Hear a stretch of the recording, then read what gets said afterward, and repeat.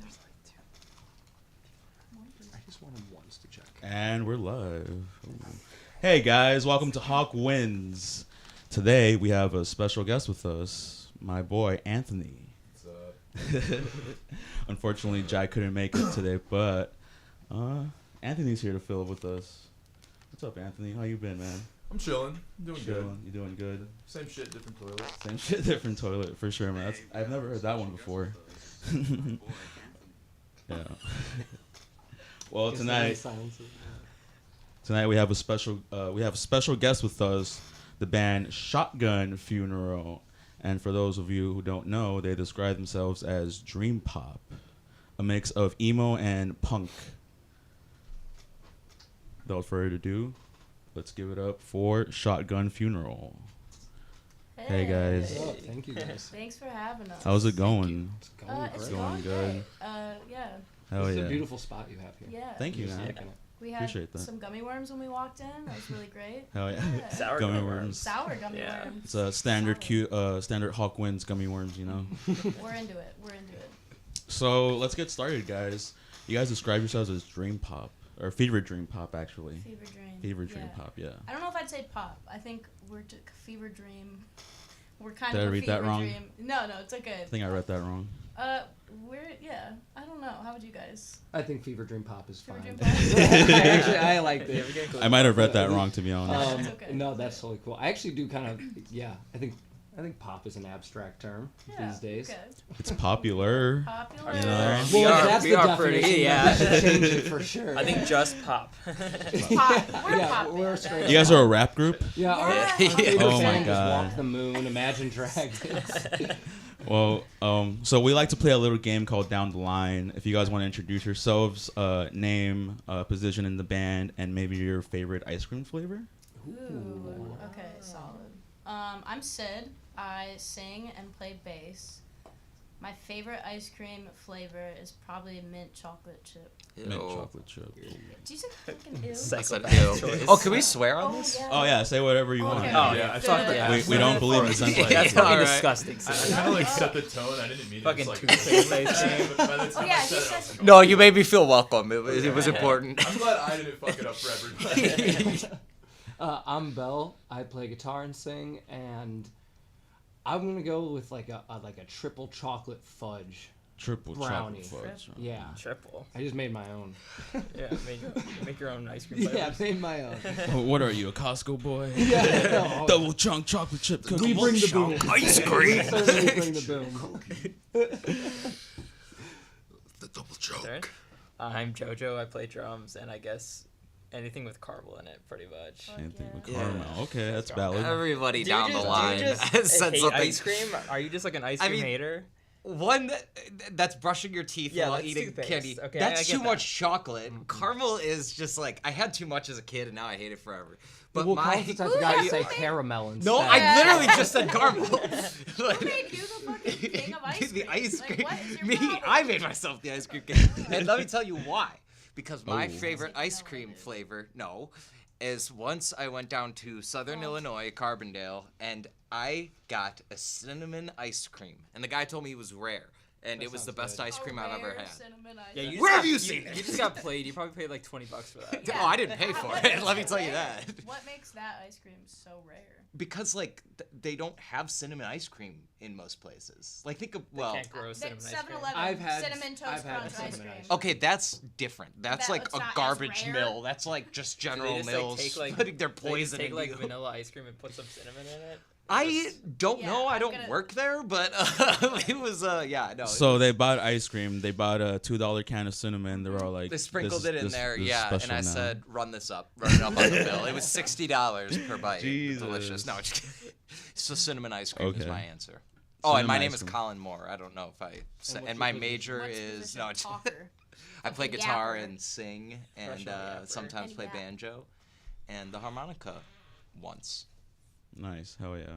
So, before we get started on your band, I want to start talking about how you guys got into music in general, or I guess first of all, do you guys remember like the band or the song or like the moment where you guys were like, I want to do music, You know, Mine's pretty.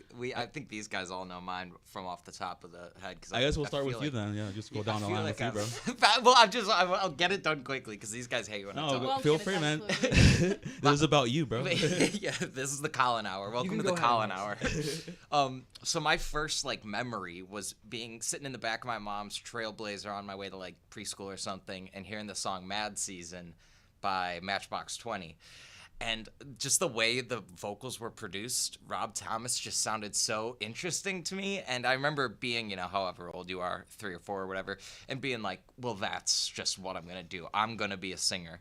And through the rest of my life, I've just like maintained that sort of like destiny and tried to put myself in positions like that. So for me, it was never really, I was just born like, okay, I'm going to be a singer. So it was never much of a, like as I got into different bands, they more swayed the way I would approach it rather than my desire to do it, because that was there from the start. JoJo? Yeah, that's kind of like a good. I feel like that's the same for me. Like I feel like I was always like tapping on shit like all the time. Like my parents eventually like, shut up, we're gonna buy you jump sets, so stop fucking annoying us. And yeah, I feel like any bands I was into kind of just more influenced what I was playing and how I was playing. But I kind of was always like, music was always a part of me, and like I grew up like with so many different types of music through my dad and my mom, and like I feel like that was just always a part of me. I guess like one of the first bands like I really connected with, which was like super embarrassing, was Coldplay. That's not embarrassing. It's those slightly first 2 albums No, are decent. oh my god! In My Place. Their first album Yeah. though, Oh. Parachutes. I still listen. to Yeah, that. it's great. Parachutes Sparks is an great. amazing song, Yeah. and they're not Zionist dogs like Radiohead. I was so literally gonna mention Coldplay that. Let's forever. go. Yeah, Coldplay is friends of Shotgun. The first artist I ever got into was Britney Spears. So I mean, Okay, but Britney Spears Love is like it. fire though. Come on. It's not. That's not this different than Coldplay. You know. No, Britney- Britney Spears is an It's Britney, icon. bitch. Okay, Yeah. yeah. Come on. Let's see what Britney thinks about Yeah, the Middle what East, the- and then we what can the- continue. Exactly. Yeah. please, someone get a hold of Britney now. We need her thoughts. We got world problems that we need her to solve. Yes, Britney Spears Send her- following. What's happening in It's Bells? Britney, bitch. She saves the world. I don't have like a long story. I feel like mine was just like watching Nirvana live at Reading on DVD. I felt like I Nice. was just like, I didn't really think about it. I was just like, yeah. Yeah. I didn't really think about it. Nirvana. I wasn't like, this is what I want to do. I think I was just like, What about Nirvana stuck out to you? You were just like, this is what I want to do. That's a good question. I don't know. Well, how old were you? Maybe like the heaviness. I was probably in like 3rd, 2nd grade. The queerness. So maybe like the heaviness and like the performance of it, because that's the one where he comes out with this "Some say love," and he like falls over, and so yeah, I think it was that, but also probably the melody too, because they're Yeah. really melody forward, so it's not heavy without purpose. Gotcha. Hell yeah, that's cool. I have always loved all kinds of music. I grew up like, I don't know, like 7th grade, like had a Linkin Park phase. Hell yeah. And then I really loved Alkaline Trio and went to a lot of shows. And I went to see like their bands all the time before I started music, which was only like 2 years ago. I was like a writer, so I kind of just like meshed those worlds together. And I'd say like the one big band that really helped me when I like, it's been like an all-time favorite is Thursday. Thursday, hell Like yeah. that's when I write, especially bass lines. I'm like following Tim Payne's method of writing. Yeah, they're just like I embody that band when I write a song. Hell yeah, for sure. And so you guys in your bio, it says you guys go through a rotating number of drummers. Are you their official drummer? Like, what's going on with that? We've actually love settled JoJo. down. We've settled down with JoJo Recently, for the time we being. Started a Yeah. family. Yeah. Yeah. He's our number In one the draft suburbs. pick. Number one draft pick. Hell yeah. That's hilarious. You know, he has some commitment issues, but Hey, so That's do I. only fair, No, just yeah. no. But we love JoJo. He JoJo's our writes number with one. us. He records Yep. with us. It's been that way for the whole year. Yeah, So, yeah. and this is a relatively new band, so it's been over half of Shotgun Yeah. has been JoJo. That's So, yeah. Yeah. How'd you guys find JoJo? I mean, We- I was thinking about this the JoJo other for night. years. I What met a- you Yeah. when you were still, what, like 17, I was 18? like 17 years old. That's yeah. so Jesus. crazy. Yeah. We When met in like 2021. Yeah. Was it 23? Yeah, Yeah, it at must have book- been at at book Was it book club. Yep. Yeah. That was I was 19 then, or maybe Okay. Yeah, 18, okay. 19. Because I joined my other band when I was 17 years old. That was my first band ever. What was it called? And Cut Your Losses. Oh shit. And so we were here. Oh yeah, you guys were on here a couple months ago. And yeah, I've been to a lot of like Bell and Moore's like old band Andy's Take. I've been to a lot of Andy's Takeout shows, and I've been a big fan. Some might say you are our only fan. Only fan. Only And yeah, I've been really connected to their music since the very first time I saw them. And when they told me they were like done with Andy's Take, I was like fucking heartbroken. Oh. But not for long. But not for long. And when they finally had Shotgun Funeral like in the works, and like when that came out and when they released their first songs, like when they finally got around to asking me, because I was waiting, you know, like finally, God, I told them like I already know like all the 4 songs that you have out, like I already know them. So true. And like That's I tell that awesome. story like a lot, and I don't mean that like as like I'm so cool, I know it's anyone can learn songs. No. Anyone can learn songs. Like I used to learn songs like all the time when I was a kid, but I kind of stopped doing that. I just like lost the motivation to like just learn whatever song, and I just kind of focused on whatever I was writing. But I heard their stuff, and I was just like inspired by it, and like I don't know, I just didn't. I just haven't had that connection in a while when I heard their shit. That's a pretty powerful statement, man. To get inspired by sounds, dude. Yeah, I It was love that crazy to shit. hear. Yeah. Like when we asked him to like practice with us and like play some shows, and he was like, "I already know these ones that are out." That was Hell wild yeah. for us to hear, because we're like, "You actually He's like a you're sponge. yeah," and like you're not just our friend, but you also like liked what we made, and then like writing with JoJo now, it's like a whole other ball game. Yeah. Yeah. I feel like all Yeah. 4 of us just mesh so well together as writers, and we haven't found what we found with JoJo with another drummer. Hell Well, yeah. one thing we've talked about in past interviews is like kind of the way we write is less so like, oh, what genre, what kind of style of music are we kind of adding to the song, but more so like what color is this song, and what movie does this feel like, or I don't know, whatever. Just more totally. and more experiences than like music itself, and that kind of like just art as a whole, and then how can that be like translated to music? Like making a movie, because when I listen to music, I see a movie in my head playing from the album start to finish or whatever. And my biggest goal in music is to just make that movie in your head as explosive and as vivid as it can be, you know? Like I remember in high school when I first, because I was like super into metal my whole life. So when I first started like smoking weed and getting into like rap in high school, I couldn't believe the way like some of those records would feel. Like one thing that always sticks with me is the way that there's that one Dr. Dre song about like, God, I'm going to be so pissed I can't remember it right now, but it's about obviously getting high. And there's a part of it where like these sprayers, it sounds like a Febreze bottle, starts shooting off. And one of the older kids told me, he's like, that sound is designed to make you higher when you listen to this. No That's way. obviously not true or whatever, but when I listened to that, I believed him to be true. So every time I heard those sprays, I felt like, we're cruising, smoking bowls in the car.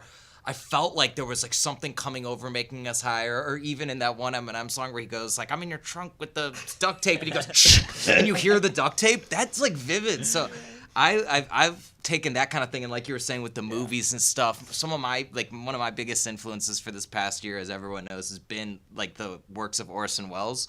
So I try to bring that kind of flavor of like old cinema in. How can I like make this feel like it's in a song some way, like how can I make this song feel less of like you want it to be, headbangy, feely, all that kind of stuff, but I also want it to like do a little movie in your head, or you see like I try to use these words that can create some sort of visual in your head, like if it's Joshua Tell with the karate coded goblins and like talking about finding secret keys and stuff and all that. Yeah. Like my hope is to create that little movie in the head, and then the music's job is to be good enough to like the lyrics' job is to make the movie, the music's job is to make the vibe. Right. So speaking of lyrics, I read over here that there's 3 vocalists, 3 lyricists. Yep. So is that you 3? Yes, it's Three. us three. Yeah. Us three.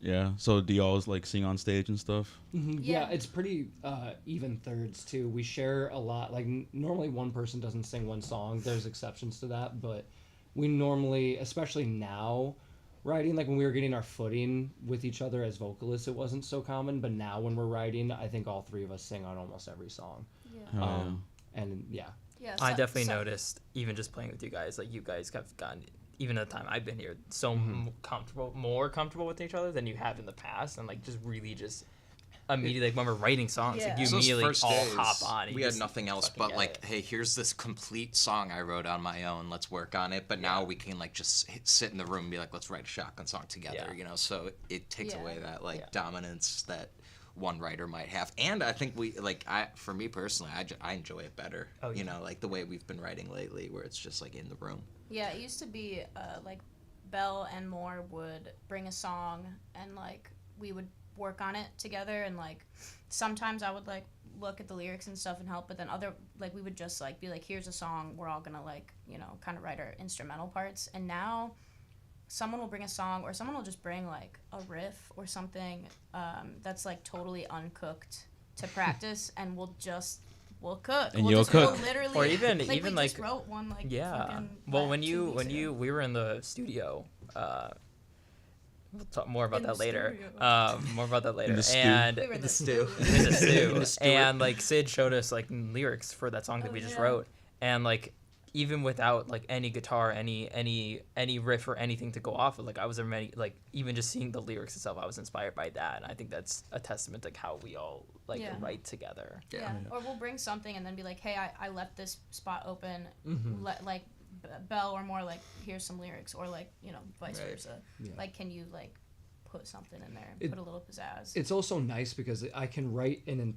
entire song and then cut the fluff into a verse and a chorus, and then leave room open for them to mess Yeah. around, and then you only really get the best of what all of us can offer Yeah. instead of somebody stretching out what they can. I love that, what you just said, like the best of what Yeah. we have to offer. Yeah, 'Cause you I feel can like just- we all have so much, especially like lyrics wise. Yeah. Like if you went through each of our notes app, I can't imagine the things you would find. But like just all the fucking like possibilities for lyrics that we would have, and like when we're putting together a song, then it's like we take our best and put it together and make something, which is kind of cool. Yeah. Oh yeah, I love that.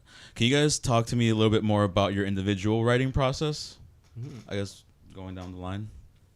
I don't know. I guess it's kind of been a transition because I was like a writer first, so it's definitely it started as more of like a poetry base.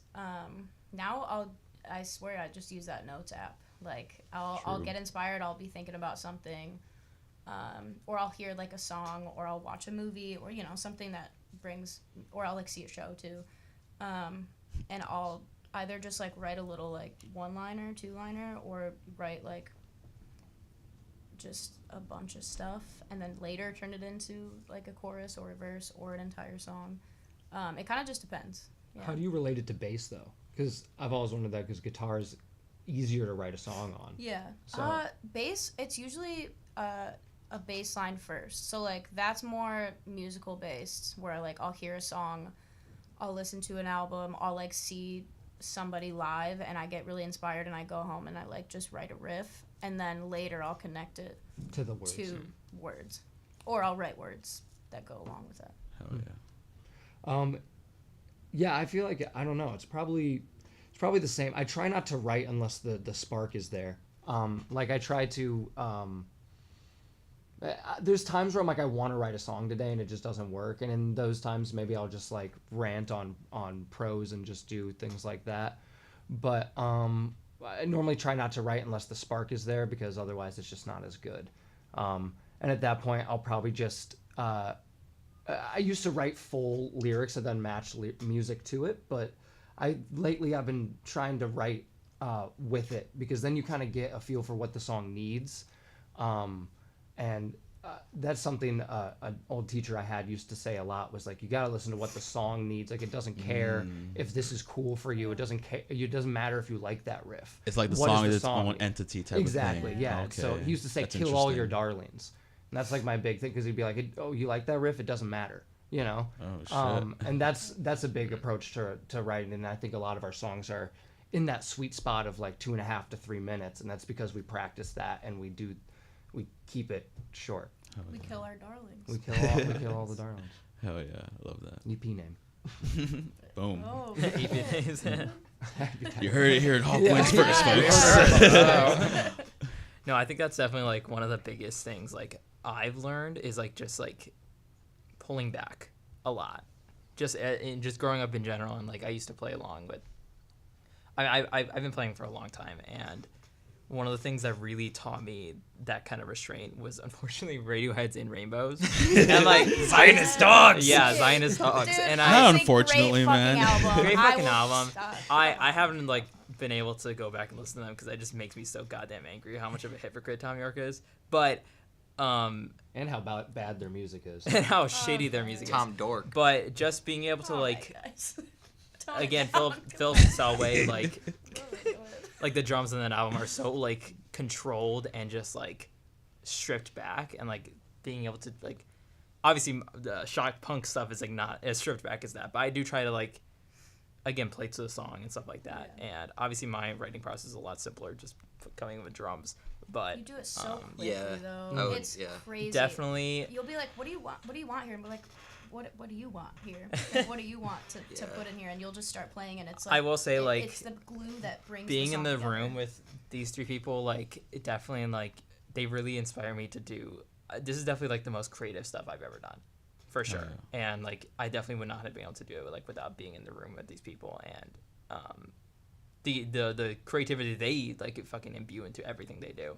So Hell yeah. That's high Yeah. praise. Yeah, thank you. I got goosebumps. It's so good. I feel like so I am like in this like tricky position where I just like don't have a job. So I pretty much do art all day when I'm not like actively trying to, if I'm not like, you know, applying for jobs or like trying to make some money somehow or do something like that, I'm usually like shitting about making art. So I generally like, the thing with me is it's constantly like being created. I just have to, but the thing, okay. So I have like a whole bunch of side projects, and I do make music all the time for all of them. But what's been cool about Shotgun is that I know when a Shotgun song is being written versus when another song is being written. And in fact, like I hardly write Shotgun songs because Shotgun songs are usually written in the room.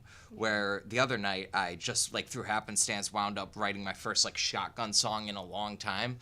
Where I was like, oh, I want like this song to be shown to the others and see what they put on it, and I could already like see, you know, like there's this interesting pre-chorus thing, and I could hear what JoJo might do with it and all that kind of stuff. So for me personally, like the solo writing is always happening. I'm always like in some dark room with a pinboard and red string and all this kind of maniacal artist creation.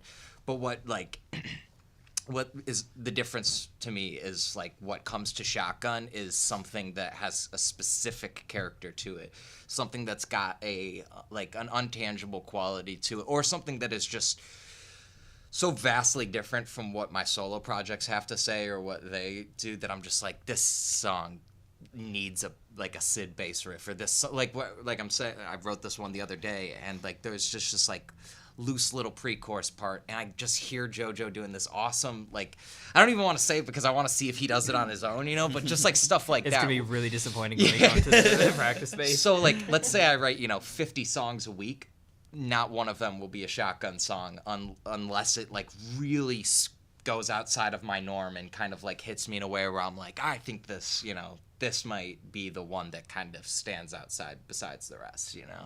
I'm actually glad you brought that up because I noticed that too.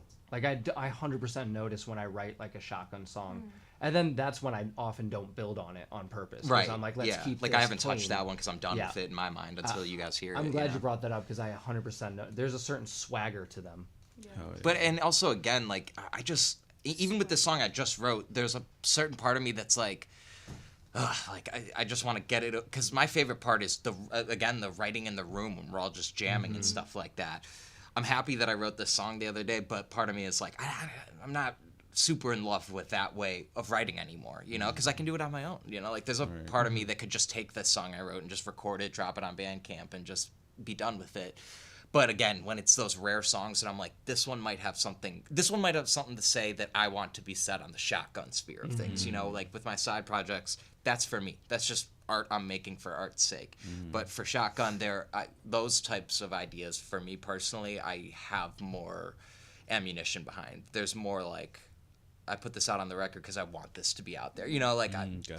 it gives you like this backlog of I can just create art and just toss stuff behind me, and whenever something good comes along, put that to the side until I see these guys. You know, and then There's bring like it more in. intention type of thing. Yeah, exactly. And gotcha. like he said, I mean, just that balance of like, okay, if I want to bring this to the gang, I need to stop right now because this is very like.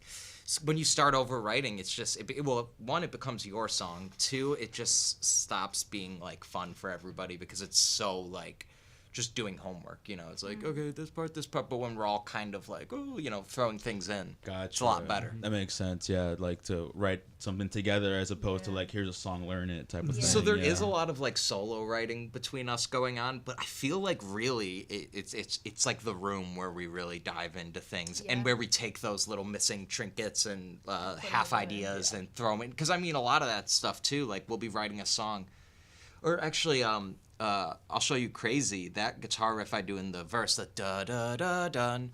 I wrote that riff when I was 14. You know, I held on to that for a decade. You know, it's just like we were just playing in the room, and I'm like, hey, remember when you were a freshman in high school and playing this riff for like 20 minutes? I wonder if it'd work for this song, and it did. And now it's just like.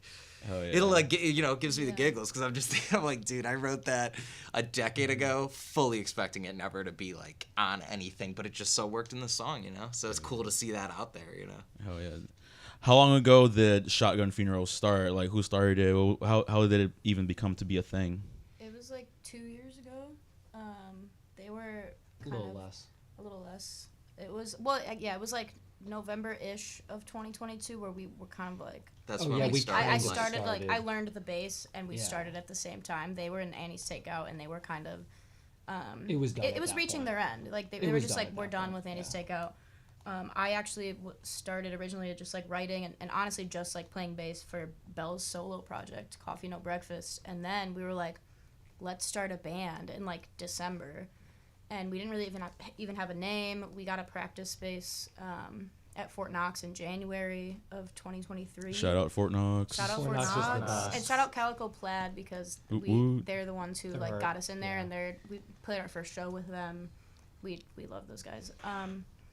But yeah, we just like had another drummer that we were writing with, and we didn't even have a name yet. Like we didn't have Shotgun Funeral until we were getting super high. I forget in, that we had in we your had- car. we had Out the of a studio- monster out of a can. monster can Oh, because, shit. because they forgot a bullet. And I go, guys, I got this. I went to high school in Indiana. Like, let me show you. Yeah. how You guys we ever used to do try this. smoking weed out of an apple? Yeah, Oh, that's yeah. the Oh, way. yeah. I love it. I It's prefer healthy. that to a monster. Yeah. It's Oh, good for yeah. you. You can eat it afterwards. Yeah. But then that's when the rotation of drummers started. Yeah, Yeah. because our first drummer played our first show and that was it, and then we had like 4 months of shows booked, and we were like, That's What do we crazy. and so that's That when. sucks. JoJo played the first one at Burlington Bar in October of 2023. Wow. So I believe in my heart that is when Shotgun And that's Funeral where we met. started. That's where we met Mike Yeah. from Sport Peppers. Shout out Oh, Mike. Yeah, from that's Sport crazy. Peppers. Yeah. A new like label historic in show. Chicago, started by Mike Hose. He's really dope. He has helped us record an upcoming split that we're putting out. Mm-hmm. The last single that we put out called "Please Shuttle a Fox Gun Into My Mouth." Please show it. And we'll talk about that in a little bit. I'm very curious about a couple of things. Yeah, yeah. Also, of course. that Burlington show inspired the lyrics for a song that's on the new EP. So a lot of things happened with Yeah, that a Burlington lot of show. honestly. I don't even Shout remember out. that one. Shout out Burlington. Yeah. Hell yeah. Shout out That's Tiny a cool. Stills and the other bands we I played with. legitimately can't even can't remember. It was remember. well the over a show. year ago. It's I- amazing you Yeah, remember I that. vaguely Yeah. remember pictures and colors. Yeah, yeah. Two touring bands came through. Oh, that must have been. Yeah. Maybe that's why I don't It was remember. cool. It was a good show. But yeah, that's kind of how Yeah. we got going. Hell yeah. And then how did you guys come up with the name? Oh, That so was- we were in yeah, the we were car smoking. smoking and college. Out of a monster can. More, you tell because I swear to God, and we've recently checked, and I guess I'm wrong about this, but I Yeah, so swear to don't God, say it I because you're wrong. Yeah, Just say how it. say the Say story. the story. Just Stop. say the story. Yeah. I won't Don't say ramble. the more version of the story. I'll say the Thank you. not the biblically accurate The version. real version. So we were smoking weed out of this can, and I think I just mentioned like when growing up, babysitters were like a very big part of my life. Like I had these 3 older teenage kids that would just watch us, and they were metalheads, so that's how I got into metal and everything. yeah. And one of them, we were playing Guitar Hero, and he named the band on it Shotgun Funeral. So I must have been, I don't know, like 5, 6 years old. And I remember just thinking like, oh, that's dope, you know. And But he brought it He up. brought when that we up, were- and we Yeah. all got goosebumps. I we mean, were we all were like, like, "That's totally dude, we shit." have to. And he was like, oh, like, do I have to ask him? We were like, no. No. He didn't start a real Absolutely band not. with it. Yeah, Like, yeah. how he long definitely ago doesn't was remember that? But Yeah. it's been one of the best things that's happened Oh, to the yeah. band because I mean That we name. anybody like we that's a big thing that we get a lot. We'll be Well- like, hey, I love your band name. I'm like, what'd you think of the actual music though? yeah, I met a guy on Doesn't the matter. well, right? Yeah, yeah. The dude I met on the street the other day, he's like, "What's it called?" I'm like, "Shotgun Funeral." He literally went, "Yeah!" Oh yeah, that's the High-fived me. response. They're like, dude, that's like clever. Yeah, and I'm like, people I really honestly, like it. I love it. So thank you, Jay. I've had Shouts out like Jay. older people Shout out when I Jay. tell them like the name of like Shotgun Funeral, they're like, yeah, I'm not gonna listen to that one. He's like, "What?" It's funny. Is that like the opposite of like a shotgun wedding? Yeah, Yeah. it's gotta Yeah. be. And then people ask that, and then they'll be like, oh, I'll be like, oh. Yeah, like what does that And you're mean? like, yeah, yeah. Yeah. That's awesome. So you guys have a single currently out. It's called "Please Shuttle a Fox Gun Into My Mouth." Sorry to make you say that on air, man. First time I've heard someone else say it. Maybe we can. No, I'm just kidding. So, who wrote it? How did the name even come up? What is it about? What does that title even mean?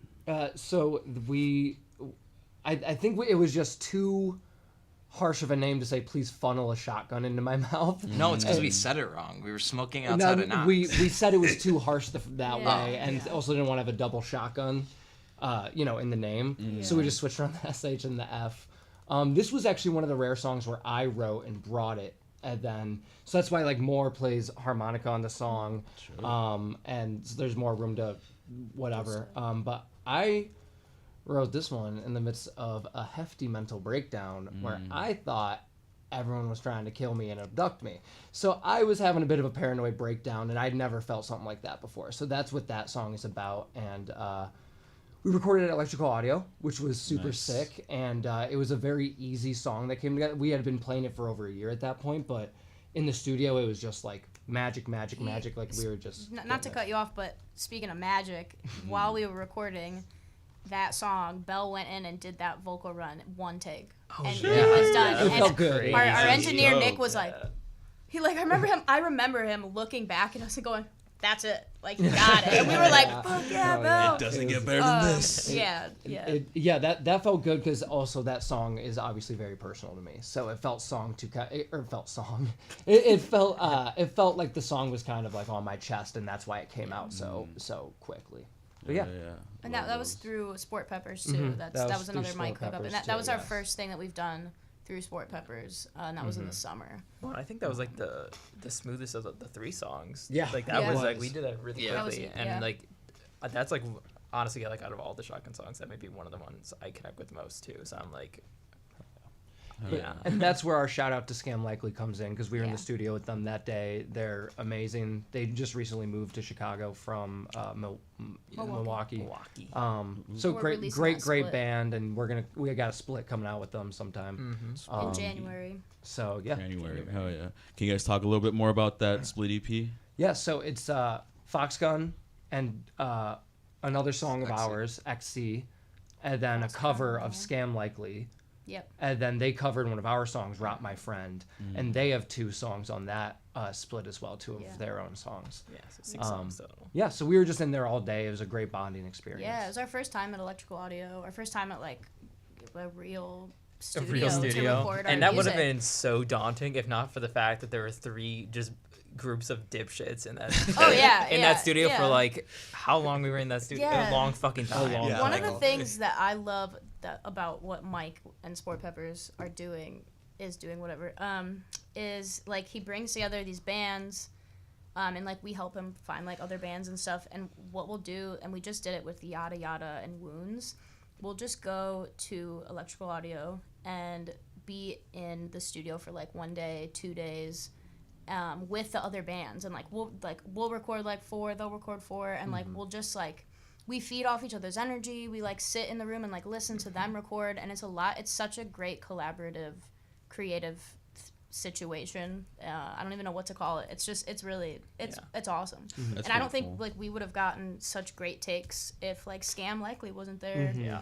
Like hyping agree us with that. up, Yeah. and like I wouldn't have been able to sing one of Charlie's songs like without Charlie Without Charlie there sitting in the room. yeah, like Yeah. it, yeah. That's It's awesome. definitely a really cool, unique experience, I think. There's a thing on YouTube called Music Mansion or something like that, where they get like all these like famous like YouTuber musicians, and they put them all in like a mansion house or whatever, and they'll like pretty much just like do like challenges or like collaborate on like music with Yeah. each other. I thought that's kind of like what that Yeah, reminds me of a yeah. little bit. Sport Pepper's Mansion coming out next year. It's Yeah, great. shit. I'd kill Yeah, it's crazy. We everybody. actually filmed the first episode yesterday. Yeah. It's coming out soon, guys. Oh yeah. Was that your first time in a studio? Yeah.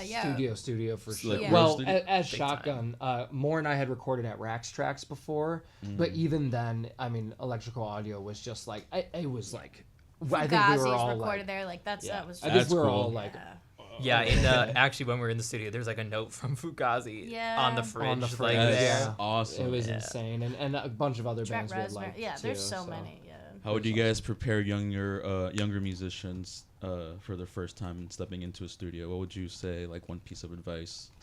Set your water cup without a lid on top of the control board. Don't. Yeah, To assert definitely. Put all the liquids on the control board. Yeah. Don't let it be so. Don't let it seem as daunting. Yeah, I was as gonna it say seems. Like, don't let that get to you, because Yeah. once you're in, it's gonna look crazy, and you're gonna be like, I'm not supposed to be here. What is this? But it's so fun and invigorating yeah. once you just like let that go. Yeah. Once you're in there with your instrument or like just doing vocals or whatever. Yeah. Yeah, you just remember it's what you do. You know, like, It's I, like Yeah. it's what I do. it's pretty, you know. You're supposed to be there. Yeah. I do You're this in supposed to my be there, room. it I'll doesn't do this in matter. this room. Yeah. You Exactly. belong there. Yeah. You belong there. I can be here too, you know. yeah. Was there like a moment in time where you guys were, because I get a lot of musicians that come in, they're all like, well, you know, I kind of had like imposter syndrome at one point, yeah. where like Sure. I couldn't like, I seen all these people in like other like local bands, and they were like really good, and I admired them and stuff, and then once I got there, I kind of felt like I was an imposter, you know. Yeah. And there was a point where I was all like, no, we're all like, you know, we're all the same, we're all doing the same thing, you know. Was there any moment like that in your guys' lives? Yeah, For I sure. felt like that up until very recently, because I was Yeah. so new to this, and you guys have all been in the music scene like for It way always- longer, and always I been always like, forget yeah, that you haven't really done this until like recently, and it kind of blows my fucking mind. Like, I mean- you're just so fucking natural at it. yeah. I thank you for saying that, but Yeah. I definitely felt like an imposter. I don't know, like the first show that we played was awesome, and like I feel like the first time performing. And we, performed to a sold out downstairs Sub T. That was crazy. That's Like seeing all awesome. your friends out there, seeing all the musicians that like I went to see their shows, and like all my friends in bands. I was like, that's so cool that they showed up for us. Like that's Hell yeah. rad. And like all that flushed away, like all the doubt and all the imposter syndrome. But like there's obviously times where I'm like writing and I'm like, I don't know what that note is on the bass. Like I don't know. I'm an imposter. Like I'm not supposed to be here. But then I'll like write something really cool and I'm like, yeah, I'm supposed to be here. You know, like this is I would speak on the opposite end of that, which is like if it's your dream and it's really your dream, then fuck it, that's not gonna stop you. Yeah. You know? Yeah. One thing is like for me, like Sid said, like I have mostly like overcome that, but for me I don't think I'll like ever fully get past that. Like I think there'll be moments in my life where that like even 10 years from now that will creep in, and I would like start questioning myself again. But like you just have to remind yourself like you're doing it, Right. and it's what you're meant to be doing. Yeah. And like it If doesn't you work fucking hard, matter. you're not an imposter. Exactly. There you go. Yeah. That's if my you're doing thought, the and- work for it, yeah. And it's your dream, and nothing that anybody else is doing can affect Yeah. that, Hell because that's Awesome. Yeah. So let the imposter syndrome feed out the weak. Yeah, I think just like by nature of always thinking that singing is what I was like put on earth to do. I never had imposter syndrome because like he was saying, almost the opposite, where like sometimes I'd be frustrated, like why is this not taking, or what am I doing wrong? Like I thought I'd be further in it by now.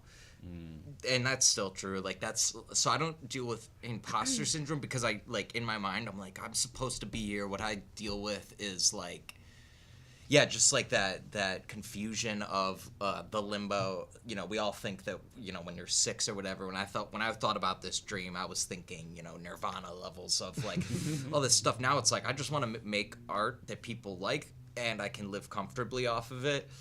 So for me, there's no part of me that's like.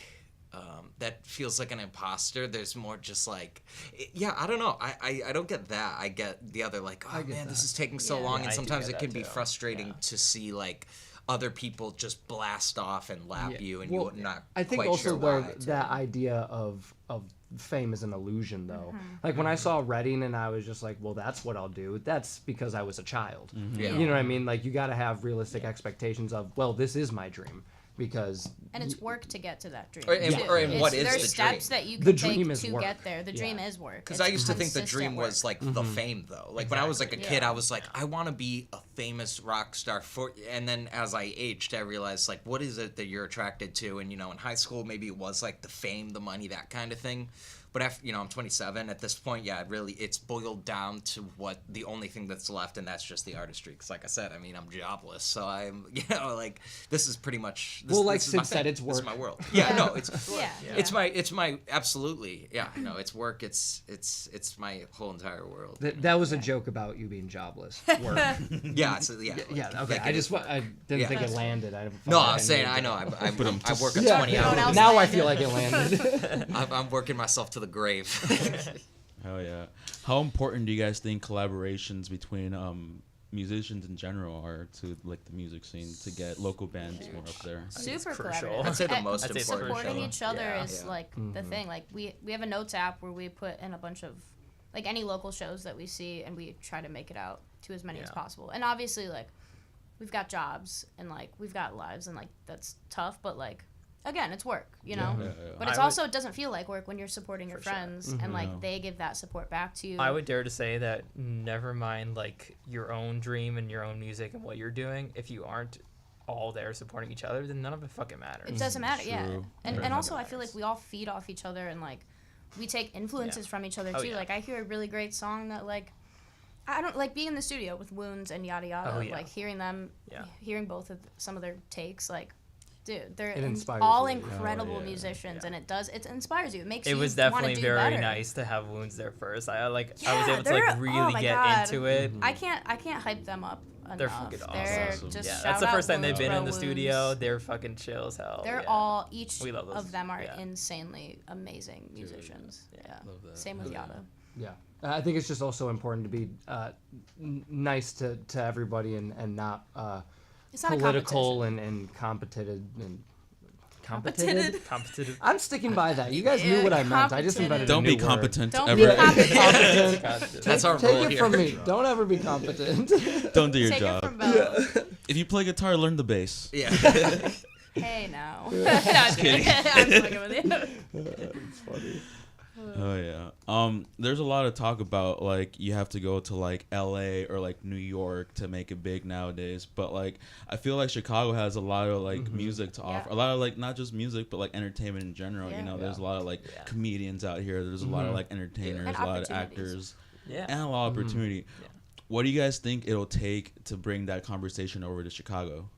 I think it's I even think it's here, especially with like local Yeah. bands kind of popping off. Like touring in general is, I think, the biggest piece that like those conversations are often lacking, because it's like you can be from LA or you can be from New York, but if you're not touring to other places, it doesn't really Yeah, if you aren't getting your music matter. out You know, anywhere like else, the I yeah. feel like the biggest component to growing and like reaching or getting to a point where you're continuously like, you know, getting closer to your dream is you're touring. You're like going to other cities and getting other people to listen to your Well, stuff. especially because that's our goal too, is to spread music and to see these Yeah. fascinating places, and you know, Yeah. where these days, like if you, it's not always the best artists that go to the top. It's who's the best at the internet.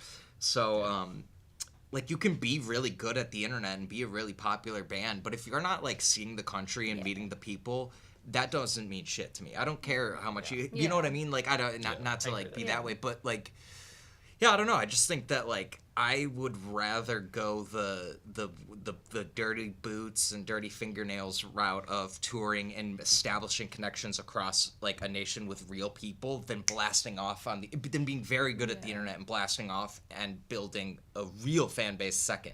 Probably be like, easier that way, but that's just not, I mean, that's just not how we're going about it. And also, I think the long-standing bands, that's how they do, you know, like, one of my biggest influences, or not even influences, inspirations in terms of, like, a possibility of where I'd like this band to get is the fact that, like, a band like the Melvins has been doing it DIY for over 40 years, and they live comfortably. They tour when they want. They do whatever they want when they want. They're respected by other artists. They've influenced countless bands, and they do it on their own terms. And I think that is especially awesome in an internet age where, like, yeah, I'd rather have that path to people that are like, oh, I've seen this band play here before, or, like, I've heard about them, kind of thing.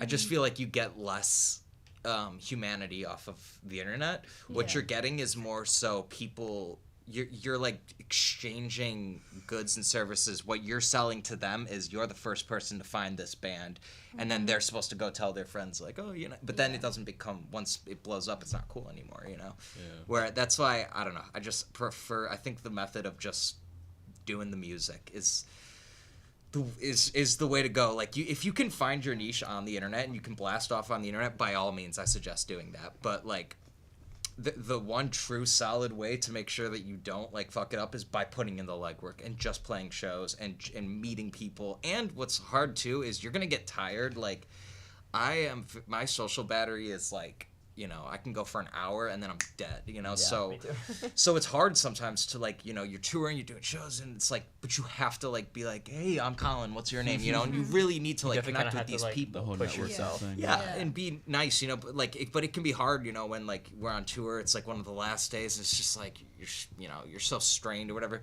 That's also what's nice about being in the band too, is that everybody can kind of, like, if somebody wants to go lay down in the car for 20 minutes, you know, somebody else will be, like, the talkative person. Yeah, and that's like you said, like, it's kind of cool about being in a band. Like, other people in the band can, like, fill in where you're, like, lacking in that moment, and vice versa. And I think that's, like, really important too. Yeah, but I do, like, going back to your question, I do think Chicago is kind of has a great big entertainment scene, like you were saying. I think And definitely, feel like a lot especially of bands are coming out. post-COVID. Yeah, especially, yeah. And I would say both online and in person. I would say Yeah. that they're two separate things. Like, you can Yeah. find Yeah. Chicago scene online if you wanted, of, like, these like, bedroom style bands, or you could find a scene in person at like a bar down the street or something, you know? Yeah, I feel like it definitely changed after COVID, and it feels a little less together than it used to be. But I do feel like it should be up there when talking about, like, New York and LA definitely, as, like, for sure. entertainment Oh, yeah. cities. and Especially hotspots. because, like, LA is a writing city, so, like, you were talking about with writing camps,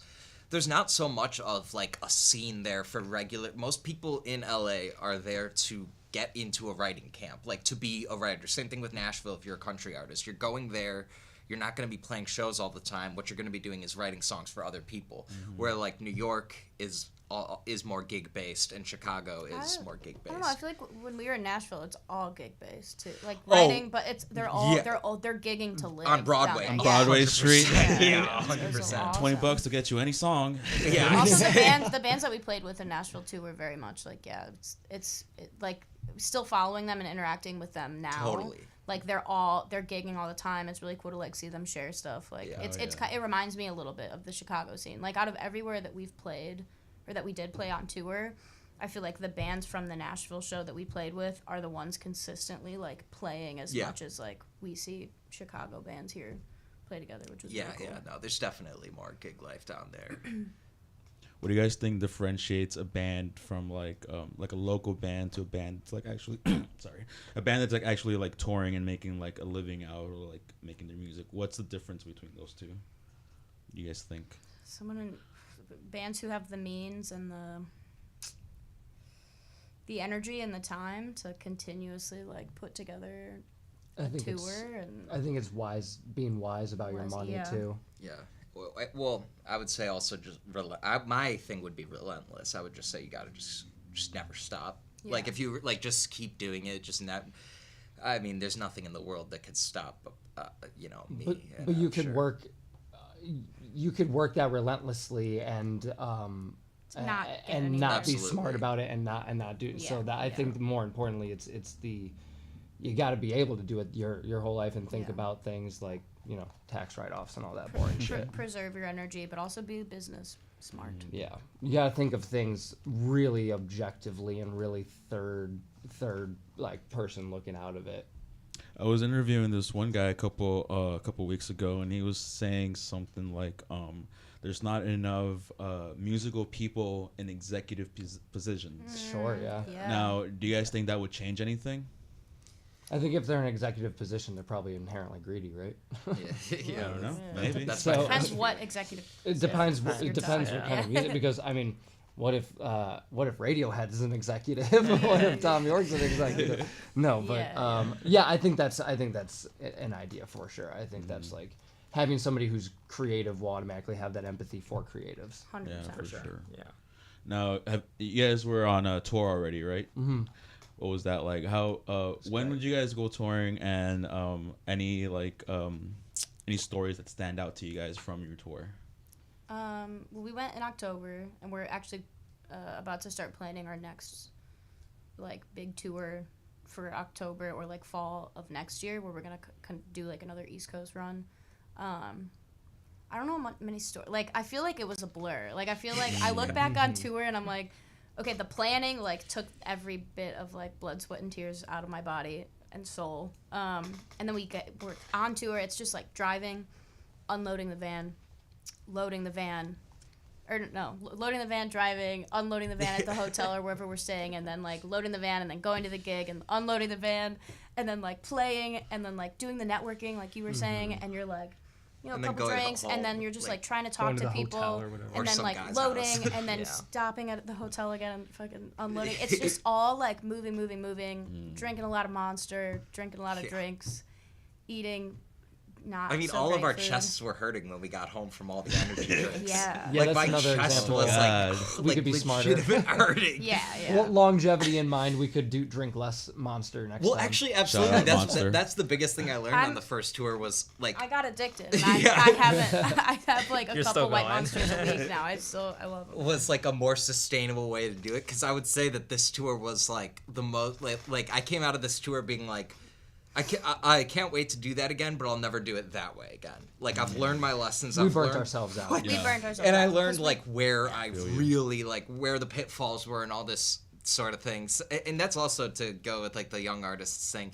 The only way you're gonna like learn is by doing shit, you know. So like Yeah. I remember at this like second to last day to the tour, I was just like, I feel like I get this now. Like not like a professional, but I'm like I can come into this again with a better mindset and with like more awareness of like what's gonna happen. Like maybe don't drink more than I've ever drank in my entire life on the day before the 20-hour drive or whatever. Yeah.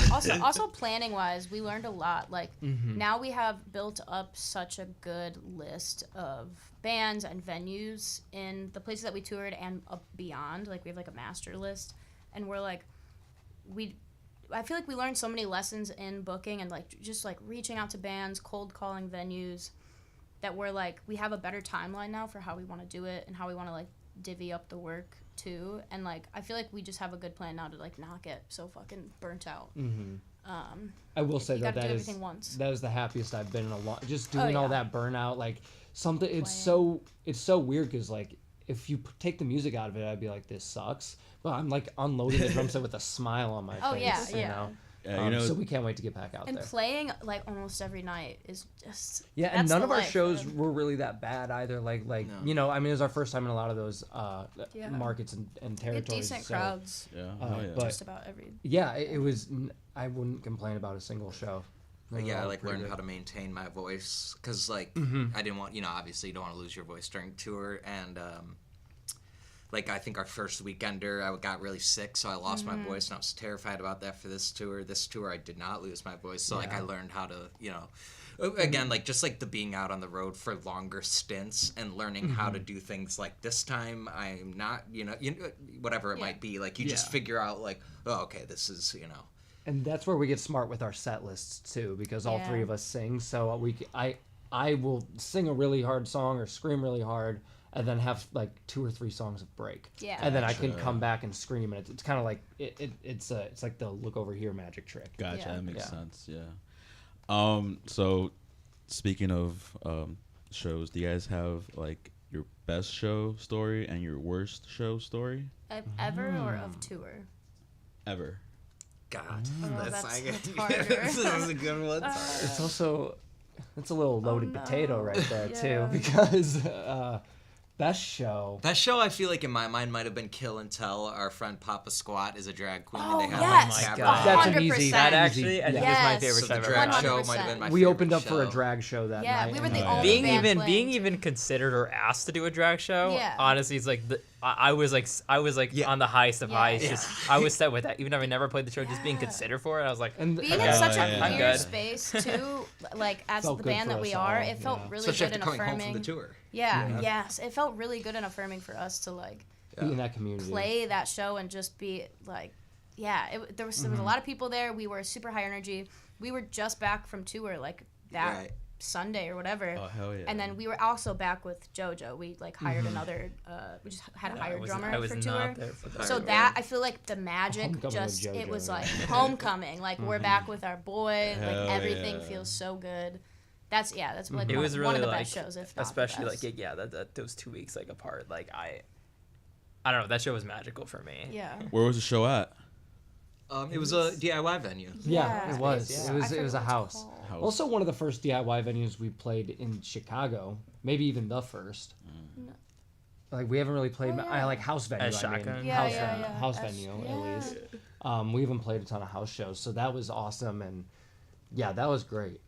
Yeah. I don't know if I can think of a worst for Shotgun, but I can easily do it with Annie's. You can. There's like a ton, but for No, Shotgun, oh no, you should say your thing. for Annie's, this wasn't like our worst show, like terrible wise. I think it's just our worst, maybe like from the audience's perspective. And that was I can't remember the year, maybe like 2016, 2017. You and I were like 17, 18, and we were playing a garage called Insapalooza. It was like a punk thing or whatever. And we got so like geeked on I was gonna say Adderall. I remember the show fondly. I don't know. Oh, what I you're remember it talking fondly, about. but I think it's a bad show in general because I remember we got so geeked on Adderall pills that at one point when we were about to play Pedaling Backwards, I stood there tuning for 5 minutes, but I was tuning the wrong string, but I was geeking so hard. I was like, what the fuck is happening? You know, like trying to tune. Everything was triple speed, and Everything was, double time. Everything was. Just, which is why I think it was awesome. though. no, it That's- was yeah, awesome, That's why I but remember it that's good. just like. That's awesome. I'll throw dude. that one under the bus. But, yeah. I think we had played like Underground Lounge on a Tuesday once. Oh my God, that's it. It I was a was Friday. try- It was a Oh, Friday. yeah. I was remember just that. I was just coming up with a concise version in my head, not to Yeah. shit on it too hard, but it was. Holy shit! We I almost we forgot weren't about on that our one. game. Who did we I play think with? we played great. I think it was the fact that we Oh, played. we had a Underground different Lounge on drummer. Tuesday. Remember? We That had a was why it was different kind of drummer. weird. It was more of an indie No, set. it was our last minute drummer. That's Who is why, a fantastic drummer, Because by the our way, first but drummer dropped after the first show, and so we had the second one Yeah. lined up in like a couple weeks. So we had somebody learned our set in like a day. Yeah. And they're a really good drummer with their band. It was more like indie. Yeah. And then we're obviously harder, so they Yeah. were hitting pretty Also, soft. that wasn't long enough for them to learn. Yeah, It exactly. wasn't. Because It now was that- nobody's that's- fault. Yeah, now they're an insane drummer for another great band that we love a lot called Edging, and like the way that they all mesh together musically is, that's And they did another us like shout that out. drummer did us a huge solid just so we wouldn't have to drop it. Yeah, It was yeah. so. It was also just We you were just play a show on a discombobulated. Tuesday and It was it's just not going to be it good was a anyway. Friday. Yeah. But yeah. Sweet. So personality question. So you guys get home on like a Friday, Saturday night. What's a drink of choice that you guys are pouring for yourselves? Tullamore Dew and Tully? Tullamore Dew and ginger ale with some lime. This is like the worst choices. Tully. I'm a bartender. And they I dice love for you, Tully. And whenever my Gotta friends love a come to Tully. see me at the bar I work at, Shakers on Clark, they'll be like, all right, because I'll be like, do you want a shot? And they'll be like, all right, I guess I have to do it totally. And I'm like, you don't have to, but it's become a thing. So that's my drink of choice. My alcoholic drink of choice is a vodka Red Bull or a vodka Cran, but I don't really drink at home. That's more like going out. So my at home, I don't Weed. Some orange. Oh, Yeah, Yeah. straight up. Yeah, weed, Dude, for yeah, sure. well, weed is at home and in between and outside and everywhere. Whenever you And get a in my chance. car when we were my outside. in Sid's car. In Sid's car. Yeah, this is that's my drink of choice. We'll put it there. Drink of choice, weed. Yeah.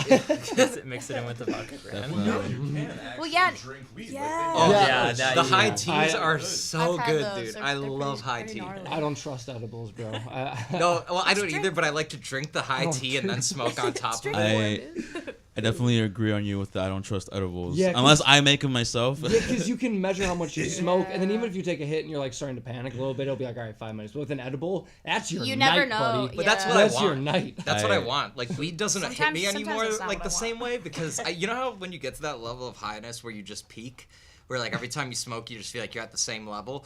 That's when I like to bring some edibles into the Because conversation you're like, and you really thought. like what was God, I was watching something the other day and I was so like it was like the first time in like months I was like, oh my God, I am anxious because of marijuana. Like this never happens to me, but what the fuck was I watching?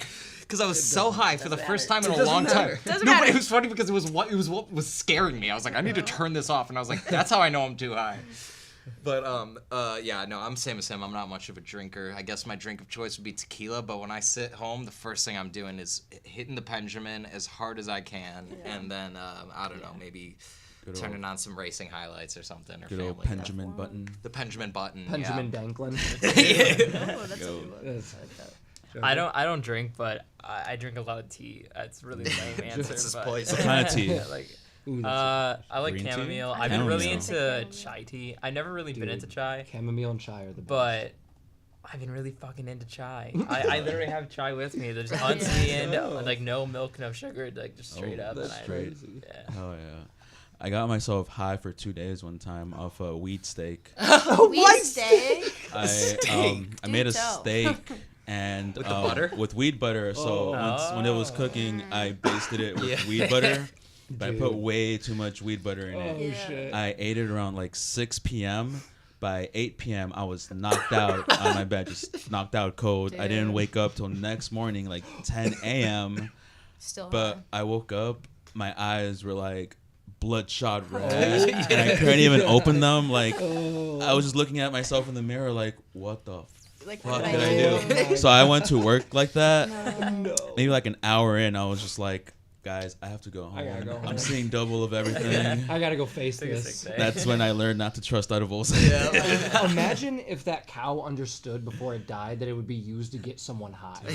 What, you know? Do you think Are it you would be high right now? happier? That's a high What thought, was man. that? Do you think it would be a happier cow knowing I say that so. it's getting somebody high? Yeah, it'd be Do you like think the cow would understand if this You're, is you're the- more enjoying the cow's end than ever. Yeah, Yeah. this is true. It'd be, Do you think, my do you think energy the cow would passes understand on. if we gave the cow some weed I butter? don't think And then you go, cows think like that. and they'll be like, I understand. How do psychedelics play any role in your music writing? Not at all? anymore. Not anymore. Not They anymore. Definitely, I would say they played a Shrooms, huge yeah. role in like the way. I mean, yes. I think, Yes. yeah. Yeah, I would say Shrooms for my indefinite lyrics, for yeah. me. Like all of the times I tripped, like for sure redefined the way I write and yeah. redefined obviously the way I see the world and stuff like that. So. I would not, yeah, I would definitely say it has a heavy influence on it, but I've also been feeling the call lately, you know, like where something the- deep I inside of have you not. kind of rustles around and you're like, I think More, I need you're the to, last like, person that needs to do shrooms right now. I think I love you, buddy, but you I want to talk to you need Orson to get your Welles. shit together I want to trip so hard. You ever tried DMT before? It's Yeah, no, I want to. I Yeah, want to that so shit's bad because crazy. I want the Machine Elves to be like, there you are, finally. You know, like I know. We've been waiting. I am such like a deep diver into like crazy stuff, like the way we think and like philosophies and alien stuff and all this kind of crazy shit. So I am like, as much as I am like an anxious soul and very, very high strung, I'm like, fuck, I have to do that before I die. I need to meet the Machine Elves because I genuinely believe that like I'll have a good conversation with them. All right, So let me I've been ask you feeling the call. something. What's the most craziest thing or the most outrageous thing you've seen or like train of thought you've had when you were on psychedelics? Okay, this is a good one because also I've been. Like at first my heart goes to like acid trips because that's you get some funny stuff there, but also I've tripped in high school. I still am a big idiot, and I tripped on DXM a few times. Whoa. Those trips are fucking scary. Never do that. Never do it. Like one time I thought I saw a severed hand that was like a giant size just like laying on the table, and I shared a room with my little brother at the time, so he walked in. I'm like, is there like a severed hand over there? He's like, no. Okay. You're like, okay. And my little brother, his name is Evan. Me and him like have a great back and forth. And I remember one time I took like triple dosed acid or something. It was SpongeBob acid off the internet. SpongeBob acid, yeah. So when I got home from school that day, I had school tomorrow too. So I had to act like I wasn't tripping around my family. Dumbest thing I've ever done. So my little brother like comes in. He's 2 years younger than me. Let's say at this point I'm 17, so he's like 15. He walks in the room and he's like, in his mood to like brothers riff on each other. He's like walking in to be like, "What's up, idiot?" or whatever. He goes, "What's?" Oh my God. And I'm up to my neck in blankets and I'm tripping so hard, but I didn't want anyone to know I was tripping. So I was like, "I'm sick." And he's like, "You look sick, man." I'm like, "Yeah." And I remember, I'll never forget this. There was this Burger King commercial where it would show, it would flash a $5 bill and Abraham Lincoln would go, dink, and wink at you, and you'd go, and it would be like $5 sandwich or whatever. And I was tripping so hard that every 5 seconds that commercial would play, like obviously it probably was in 10-minute intervals or something like that. But I was just like tripping so hard. I'm like 17 or whatever, like throwing up in a lunch bin or something. It was So it was my grandma's spam themed lunchbox. I forgot about that detail. Yeah. It was like a spam lunchbox from like the 70s, and I was like sending him off to home to drive home tripping, and then just be like, "Here's this in case you throw up." And I was just like, I'm such a good friend. I walk in, my father's in a suit. He's like, "How are you?" And I'm running upstairs, black hole eyes. I look at him and I go, awesome. I'm like, he's like, "How you doing?" I'm like, "Oh, you know what Uncle Dave says, life, it's taking forever." And he's like, "What?" And I just went to my bedroom. He's like, "The fuck is wrong with that kid?" So then, That's then my brother awesome. comes in. I'm like throwing up in a spam box. I'm like, get out of here! Abraham Lincoln's attacking me. I have not a profound one, but a awesome. funny one. My brother one time showed me the meme picture of Anne Hathaway without eyebrows Oh, on shit. acid, and it was like when you look at the sun, like everywhere I look, like that imprint would be like on the wall, fuck. and it. And then I look back at the picture now; it did not look the same. Like it was classic. Like, yeah, that was. Well, your brother is so funny when you're tripping too, because he's like equally the best and the worst person to have help you when you trip. Yeah, Because one time yeah. I took some of his triple dose SpongeBob acid, and I remember I was like rocking, and I was just like talking to him in a room alone. So his older brother in a room alone. I'm like, "Yeah, I'm fine. I'm just like tripping really hard, And he goes, "Well, they're triple dosed, buddy." I'm like, "Oh, I wish you didn't tell me that." Like, why didn't you tell me before? My brother has a tendency to shut down on, and so it's very funny because sometimes he'll just and he'll cocoon, and then 3 hours later he'll be like, "Hey guys." So sometimes it's just like, But he if wasn't it's tripping just me that and time. him- No. So he yeah. was like bringing me logic. He's like, Yeah. "Well, they were triple dosed, buddy." I'm like, "I wish you didn't say that." No, he was good though. He was a calming force. Yeah, it's good to have a calming force when you're tripping. I feel like I don't remember a lot of what happens Well, to me there's while that I one trip. where you and I hung out, and I kind of. Helped me Helped out you when out, I was yeah. on shrooms and I had. Oh, I don't know.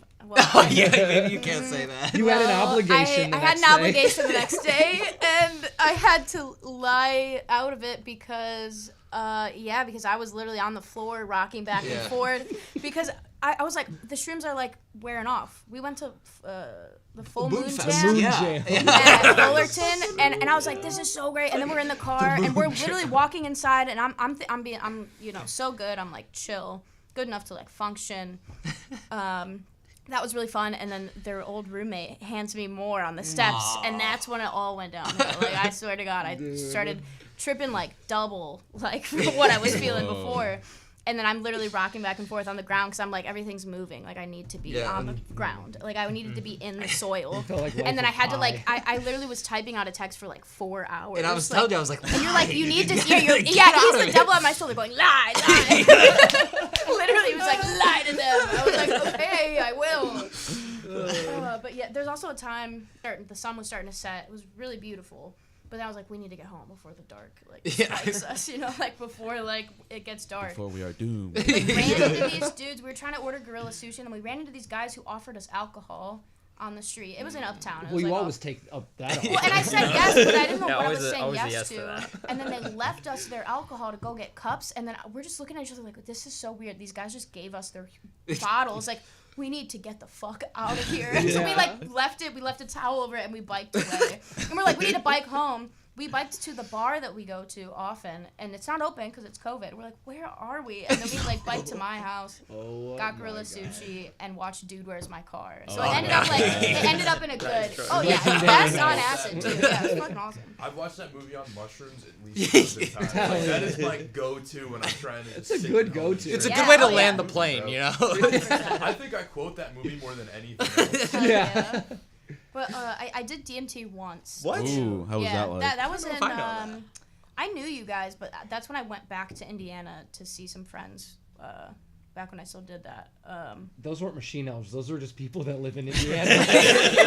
Oh fuck! I wasn't actually on DMT. Welcome to but Gary. We like smoked it, and I remember like seeing. That's why when you said like, do you remember like what's the craziest thing you saw? That's one of the only things I remember like physically seeing was like. It's like I was flying through this just like kind of two-dimensional world, but like there was like a jungle around me, and like I just remember seeing all these different things, and then like it wearing off eventually. Like I don't know if I broke through, but it was definitely crazy, and I was like passed out for like 20 minutes. Wild. That's awesome. It was wild. Hell yeah. I wanna We're all gonna do break DMT through. tonight. Yeah. But I do So- I do enjoy like shrooms. Like I like the capsules.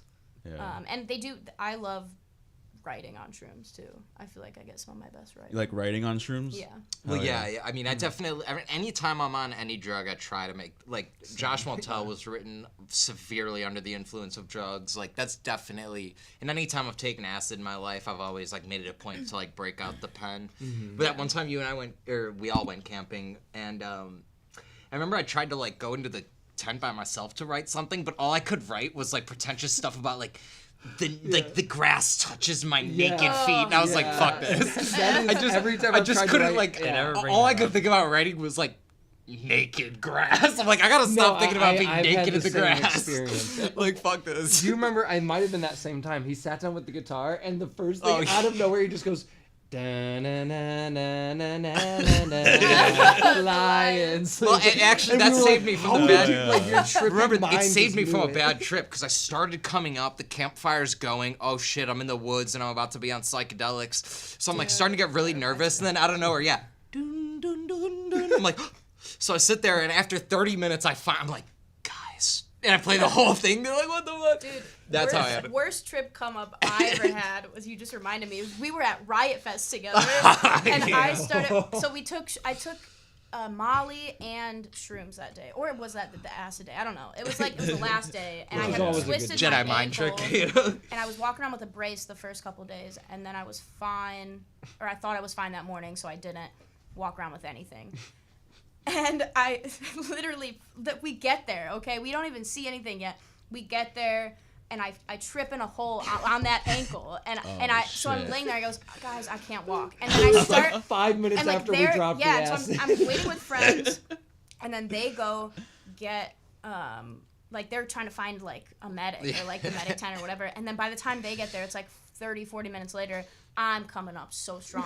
They bring a shit. stretcher and they're wheeling me away. Picture of her There's a somewhere picture of me. getting They're wheeled wheeling away. me away on the stretcher, and I'm coming up and I'm going, I'm in so much trouble. I'm in so much trouble. And the picture is just me going, ah. And on the inside, I'm like, I gotta get out of here. Like, what if I roll off and just crawl away? Like, but like, That would've eventually I'm been in the worse. tent. I'm waiting. I'm like, I'm okay. The tent's like dark, which is super creepy. And they're just like, yeah, you should really go to the hospital and get an x-ray. Like, this is really swollen. And I go, can I sign something to just not, like, do Just that? leave. Like, can I just leave? And they, like, wrapped an ice pack And then they're like, sure. And then I finally like emerge, and it's like the tent opens and it's light, and then I see my friends and I go, okay, Also, I'm she good was like now. laughing with the lady. Like she made Yeah. friends with her by I that time. don't even remember that, so that's awesome. Yeah, like okay, we good, came out good. and I was like, I I probably wonder was how she's honest. doing. Because I was tripping Yeah, hard, so I was like, yeah. I can't imagine being in a medical tent, right? And she was just like I was probably palling around. I was probably honest. I was probably like, Probably. hey, I'm fucking fucked up. I'm like, tripping, please bro. get me out of here. I'm seeing colors. I'm Yeah. seeing sound. Yeah, I'm Seeing seeing sound. things. I'm seeing I- my ankle bone in my skin. There's bugs in my skin. There's bugs in my There's skin. bugs There's in bugs in my my skin. skin. The bats are everywhere. I took 4 tabs of acid one time, and I also make music, but I was hanging out with my drummer, and he also took 4 tabs of acid. Oh. And Yeah. Like where this is going. so we were practicing, and all of a sudden I started playing guitar notes, and they were all like different colors and shit. Hell yeah. But they were matching the colors that he was playing on his drums. Stop. So every time he hit a We drum need to note, take drugs together. I in a safe setting. yeah. Sorry, I'm m- promoting. in Real under life Guitar moderate. Hero. Yeah. Whoa. That Oh, was good Guitar Hero for connection. real. That's crazy. Oh my god. It literally was Guitar Hero. So he was dude. playing like he was hitting like a hi hat or whatever, and it was like green or something, and I had to play a green note. I don't know what the fuck that is, but Yeah, I but found you it. did. Yeah, you found it. That's guitar. That's Hero. bizarre. I had to play Holy the green. shit. It was a total of 8 tabs of acid Yeah, between the two of you. people. Enough to make a grown man cry. Yeah. It was great. Anyways, back to your guys' music. So you guys are coming up with a new EP, if I'm Yeah. correct, in May. Yeah, April? we're working on the timeline with Sport Peppers right now, but it's looking like May. It's looking like April for the or March or April for our single release as well. Gore Orphanage is like the single. We basically recorded everything in Electro Audio in December.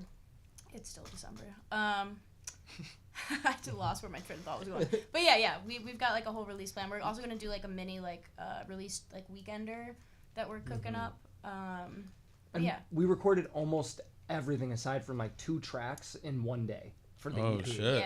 Yeah. Yeah. So it's very like very magical. Like there's a lot of fun Energy. things, and we were in the upstairs studio this time, Electrical Audio, which just had a lot of magic and like it was just a crazy place that like it was one of those like moments where I really felt like my dreams coming true and things like that. Oh, and yeah. we just I feel like we captured that feeling in our day of recording. Yeah. And it was yeah, that was awesome. Yeah. Well, and It was doing it all beautiful. live all at once is awesome. Yeah, we're doing it all we're together, which all sounds good. Magic with the live tracking. Like we'll do the vocals separately, but everything else is Mm-hmm. pretty. And like sometimes we'll overdub a guitar here and there, but that's I was very we love proud the to live like tracking. go really hard and blow out my voice on the record. Not that that's talking about longevity, not that that's a smart thing to do, but it just felt very good for the session to give literally everything I could physically give, and it's on tape, you know. So Same. that's I it's didn't- on the computer. Yeah.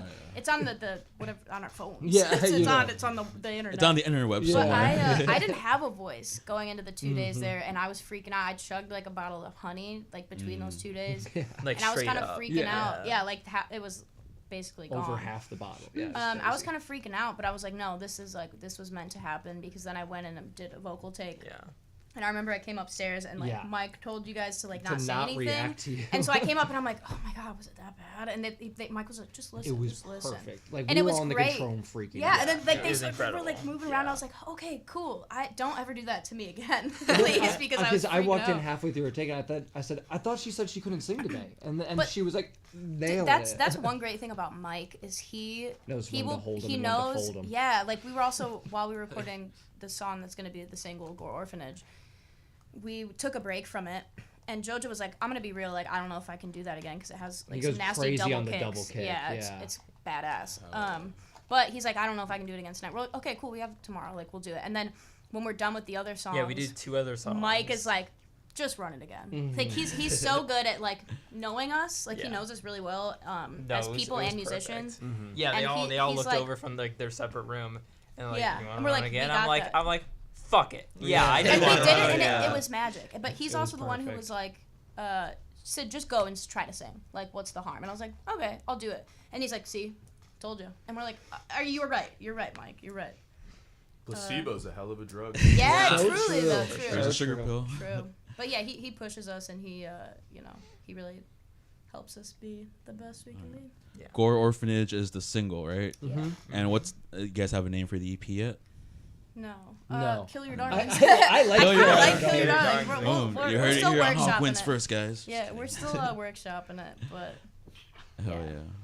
Thank you. I don't know what just Bless happened to you. me. But yeah, that Gore Orphanage is a road in Ohio that we drove by on like our first show to Ohio or something. our first out of town show. Yeah, and we looked it up, and I guess Gore Orphanage both burned down and also never existed. Like it's purely folklore apparently. Yeah. But it apparently is an orphanage on Gore Road that burnt down and is now like haunted, but it also never existed. It's also one of the first songs that we all Wrote in a really room, wrote yeah. together in the Yeah. room. I think it is like we've Yeah. written all of them, but like this is one that we were just like it came out of a jam session. Well, you did that. You were doing the bass thing, and I accidentally hit Oh, my yeah, no, guitar, that's and it went, right. and I was Yeah. like, "Oh wait, that's kind of cool." No, And then yeah. we just wrote the That's song. right. That Yeah. is a bass riff that I was like, all right, let's do this like just for our jam. Like let's start this out, and then we literally wrote a song, and that was our practice that day, and we all came out with goosebumps, going, "This is That was insane!" incredible. Like that was like the first. Well, like, that was like big when we did like a shotgun string song. of like 8 songs, right? Yeah. We wrote like they were like, oh yeah, we had to write 8 songs. I'm like, okay. Yeah. Was that the first one? I don't remember this. Well, no, because there's. When did we have to write 8 songs? I thought it was like 8 songs. Do we have to write 8 songs? Now? Before. Wait, what are you? Hold on. Right Where now, are right we? now. Where are we? When we wrote No, Orphanage. no, that was when we were just. Yeah, because I was Damn it. trying to teach you guys I that swear, old maybe one that's the that, part, that but- we We were never gonna learned. work on. Had a couple we were gonna work on. We were like, let's just And it just jam wasn't 'cause clicking, It wasn't, yeah. But And either then way, that it clicked. was incredible. And that's when we realized that's how we need to write more from now on is just jamming, and because that's what it automatically clicks. Yeah, Goes back to writing where the spark is. but I felt proud because that was like this started off a bass riff Mm-hmm. like that. That felt really cool for me. Mm-hmm. Are you guys planning a tour with this EP or something? Yeah, so Yeah. we're gonna go out sometime in the spring for a shorter one, maybe just a long weekender. A weekender? And then we'll probably Hardly go know out. where. Sorry. Hey, But laugh. And then, This is gonna try it in every room Yeah. that she's in. we'll probably go out east again in the fall too, around probably the same time, maybe Yeah. a little sooner. But Yeah. it was kind of perfect. And And that one will East be Coast is accompanied beautiful by in a third October. EP as well. Oh yeah. oh yeah, We're I gonna keep be- forgetting about that. We're going back to Now we really got gotta write 8 songs. songs. we already have a plan for like 4 or 5. So Yeah. that'll be for that EP. So we've got like a good like 2025 yeah, plan here. getting started. Oh, yeah. Getting started. It's really quick how we write songs. Yeah, Yeah, It's kind of like really impressive it for just me. Like, yeah. So I noticed you guys' songs are between like the 2 to 3 minute like Mm-hmm. range or whatever. Does that have anything to do with like today's day and age of like everyone's writing like shorter songs now just to like feed the algorithm and stuff? How much of that do you guys consider while writing songs, if at all, or like is it just meant just 2 I minutes? think it's just think we quality kinda just control. do it. I think it's a matter of what the song needs. Yeah. On or our maybe first that we EP, just can't focus for that long. yeah, but yeah, maybe it's Yeah. our Yeah. attention span. Yeah. On All our those first fucking EP, psychedelics. Nicer, the song "Witching Hour" was initially like a long ass song, and the producer we were working with at the time, Alex of Turn It Down Studios, he shout out him. He helped us kind of be like, this is too much. Like it wasn't an interesting listen. Over half the song was solo, and the other half was like the song. So And that's fun live. that's Like, an we still- instance of It's great quality live, control yeah. though, Yeah. and there's no issue for like and I think even like in our lore there's a spot canonically where we can write a 9-minute song somewhere down the road and have it be very interesting. But as we write too, it's like natural. We're like, okay, cool. This Mm-hmm. this sounds like a chorus. Ooh, let's throw a bridge in here. Oh, this is cool. And then it comes to a natural end. Yeah, Like yeah. as we jam, like we, maybe that's our attention spans, or maybe We're also we very are high just- energy too. We are. So maybe we just focus on like, that's cool. Now cut it and like Mm-hmm. keep that as what it is. I Like, think we we're don't need definitely to good add at, more like, fluff to this. For all no killer, reason. no filler. I agree. killer, no Yeah, filler. I agree. That's Like the there's name no of the there's no EP. reason to That's like the make name these of it, songs okay. longer. Just someone for already what did they that. are. I know that's the joke. Have you guys seen like the AI generated music? So Spotify is doing a thing where they're creating AI music, right? And so they're creating AI music to have more music up on their thing, so that they don't have to pay real artists. Garbage. Damn. What do you guys think about that? But We judging love by it. our reaction, Spotify's my biggest that's what I use. Unfortunately, Luigi, we need you. Yeah, please. it's like the same Free crux that Luigi. I have with like Amazon. You know, it's like fuck Jeff Bezos, but also where else am I gonna buy know. like Scotch tape and I'm trying to think of what's in my Amazon cart right now. I don't know. Just all the random shit you need at once. Monopoly, man. Yeah, Fucking no. Yeah. CEOs. Yeah, Yep. truly. Yeah. Yeah, I so it's think- a shame, but it's also It is like a shame. No creativity there's in nothing I that. can do. It sucks because it's also like it's so kind of like embedded in the culture now that like it would be hard for me to delete my Spotify because Oh, I have yeah. playlists from when I was Yeah. like 15. Yeah, same. And I Pirate it love all. like creatively Right. making. Put it all on CDs, pirate it all. But like, Yeah. but I need to like remember the, Then I the need a playlists Walkman. and stuff. There's Yeah. like there's so many though. That's a. But I so also like I tempting. grew up in a world where music was free, and I think I kind of believe that it should be, you know. But I also, yeah, there's like there's a better way out there. Yeah. I don't But know. also, I feel like they failed with like the Spotify Wrapped because they also tried to do Shit. AI Oh, yeah, versions that of was that, terrible. and everybody was like they got real time feedback of like this sucks because you fired all the people who did the really cool, quirky like this is these are your musical genres throughout the year, and like they changed that to AI, and I feel like they got that feedback. Nobody And wants that was AI real. but the CEOs because Yeah, it is because such money, but- it can just Yeah, decimate. but they also know jobs. they're not gonna lose like that's feedback, but they're not Yeah. gonna lose those. Also, people. the AI on my day list is so fucking insulting. I don't know what Sunday college sob Yeah, rock dude. is, but leave me the fuck out of yeah, it. or it's like This emo shit's so revival, mean. whiny bitch. Yeah, Tuesday, it and I'm literally like, is. fuck you, Yeah. dude. Yeah, I don't know. That's pretty accurate for you. Your dad doesn't love you Wednesday. Mine is something crazy about like pink old lady Doesn't have a something. job. Yeah, it doesn't make Doesn't have a sense. job core. No, that would be right. I'd be like, doesn't have a job have core a is job probably core. what Yeah, I you guys listen are to. complaining, but Slint I don't know, it sounds Melvins, pretty like- accurate to all. If you're That's why I listening use to- Apple Music. Yeah, if you're listening to the Melvins, Apple, the company you that don't has have a no job. problem. No, you're ahead of the curve right there. man. Apparently, one of my top genres was bougie football rap. Oh, What that's the fuck does that even that's mean? Bougie football rap. Bougie football rap. Apparently, I listen to Travis Scott. yeah, That's immediately that's like- that sounds like Football it. rap. Yeah. Oh my god. You have like a Fortnite hip hop Yeah. Saturday is, Yeah, your, that's- is your yeah. day list. Dude, That's, they just threw words together. And they're like, Yeah. fuck Yeah. it, they won't look into it. They don't know. Yeah. Do you guys think AI will ever take a significant role in the music like scene at all? Because, right- Absolutely. Yeah. For like for people don't really not a lot. Oh man, this is like a weird theory I have, but I think that like Lay it not a on lot us. of people like music in the way that they think they do. You know what I mean? I Like agree there's with that. too many like Taylor Swift stans. There's too many like Radiohead stans to like sit here and be like people know what music is, which is also my taste coming out. You know what I mean? I just take what, like I think because there's so many people, the most popular thing generally is just buy the product of the machine gonna be bad.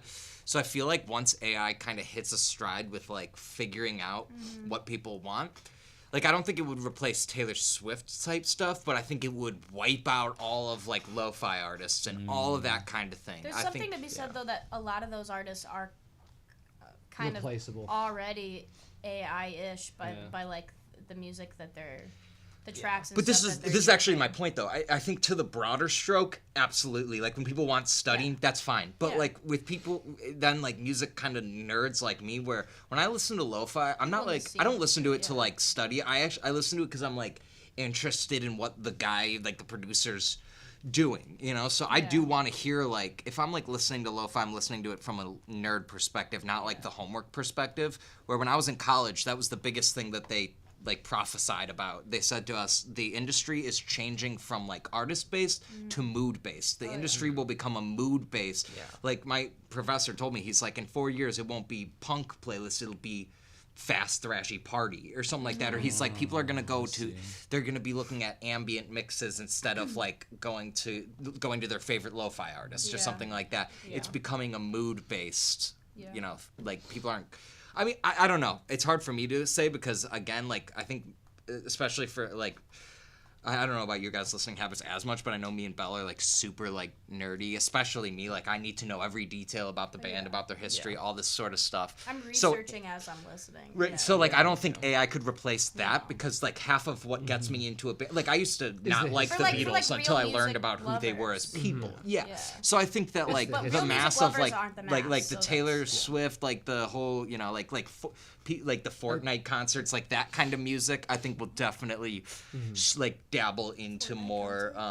Yeah, there are concerts in concerts in the Fortnite, but they'll circuit, dabble Fortnite. more into like the AI thing. I think maybe, Juice WRLD just performed in Fortnite. which is There you horrible. go. There you go. I don't know How? why they would put a dead What? person Yeah. in a game where you can kill people. The fact that you It's can now crazy. kill I'd be Juice down to WRLD play in is crazy. Fortnite. That's like, yeah, no. Let me go on radio and say now, please don't like put me in a video game where I could be teabagged when I'm dead. You know? After you I die. think Yeah, yeah. If I'm alive, maybe Maybe you if can get the money. teabag me. If you're Yeah, getting money and you're getting Yeah. paid for it, it's worth it. But Juice WRLD doesn't get anything out Yeah, of that's that. no, crazy. his family That's does. His family did. The But people that were crying at the Juice WRLD concert, they were the ones that really got something out of it. That felt. That And felt that's good in like their I think soul. AI has definitely it could sink its teeth into a lot of that, especially with like stuff like God, like I don't even know. Like people will listen. I mean, I'm starting to think that AI will get to the point where like somebody will just be like, "Damn, I really like Bleach by Nirvana, but I wish I could have more of this album." AI, like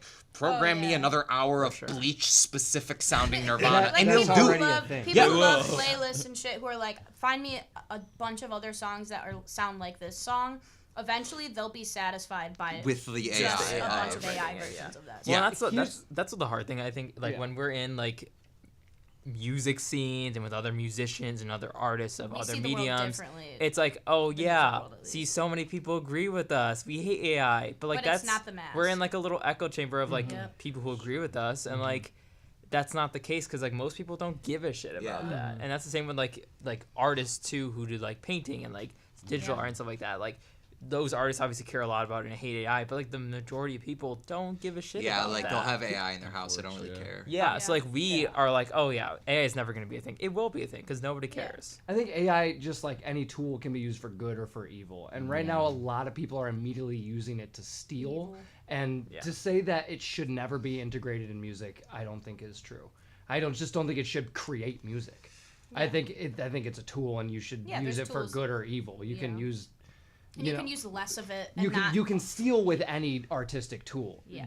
Doesn't mean you should. And our AI makes it really easy, so people are that's the first thing they're doing with it. But what I also think is really maybe perhaps like exciting and cool about that is I used to like care so much. But this goes to two levels about physical abnormalities on myself, but also like musical ones. Like I it had to be perfect because I wanted it to sound perfect. But Chris Novoselic from Nirvana I was like listening to an interview with him the other day, and he's like, my prediction is that in 100 years, all bands will sound like the Melvins. Because if you're not aware, the Melvins are very like sludgy and sloppy. His point being like, music is going to become so redundant, and especially with AI, they're going to get that guitar part perfect and stuff. The only thing people are going to crave is sloppy feedback, Yeah. distorted, fucked up, missing notes, lyrically missing notes on the guitar, because it's going to be the only thing that you can prove is real anymore. And then So they're in gonna 100 love Shotgun Funeral. Exactly. You Yeah. suck. Oh, You you like sound like sloppy, shit. shitty music? Have we got the band for Listen to you? Shotgun Perfect, Funeral. perfect yeah. anti-AI music. It's your time to shine, guys. Like, 'cause for real though, I mean, they're gonna nail what I grew up trying to nail, which is I wanted like a mom? perfect, Sorry. I wanted like a perfect, pretty face, and I wanted like really clean guitar parts and stuff like this. But they're saying with in the future of like plastic surgery and all this kind of thing, like both physical abnormalities and then in art wise, those things are gonna hold more stock because it's like I can tell you're actually human because you fucked up that note or because you have a zit on your face or something, you know? Yeah. Like that stuff will hopefully have more stock in the future. Until AI figures out how to replicate He that. never Yeah. fucked. Then it's game over. Uploading imperfections. Yeah. Once AI Make me a replicates, shitty song. Starts playing Fox Gun. once it starts playing Shotgun, we're cooked. Oh yeah, guys. So we're gonna wrap up pretty soon, but I just have a couple more questions for you guys. Yeah. So I guess if you guys could each open up for, I guess Shotgun could open up for any band ever. Who I guess going down the line, yeah, Ever? dead or Ever? alive, yeah. Oh God. Who would you guys want to open for? Going down the line, I guess. I'm gonna, well, I think I know what Moore's gonna say. I'm gonna say Thursday, even though they're alive and you know. Oh, dead or time alive, now. so it doesn't matter. Yeah. Of all time, it's really that's a hard question to be asked on the spot, and I don't know if I've thought about. Of all time. Yeah, of all Like, time is right now though is because I'm like always thinking about our goals, and I'm like, who would I love Yeah. to open for? That's in reach, you know. I was gonna say Thursday. Melvins until we said of all time. Now I'm like, Beatles. well, now I'm thinking Beatles, but Oh. Beatles we would Beatles. suck opening for. Oh, So yeah, I'm maybe they more would be like, what the fuck? maybe more like Nirvana or Fall Out Boy. Nirvana would be, or you know what, Fugazi too. Mm. I love Fugazi, and I think that matches our sound enough that I think they might even. I take us a little think bit. for me, what would be really fun and kind of maybe out of left field, but going based off like what we've also said, like what was one of our favorite shows was the drag show. Chapel Roan would be. That would be Yeah, sick. that's crazy. to If, open if for. she like wanted that chaos in her life, let's do it.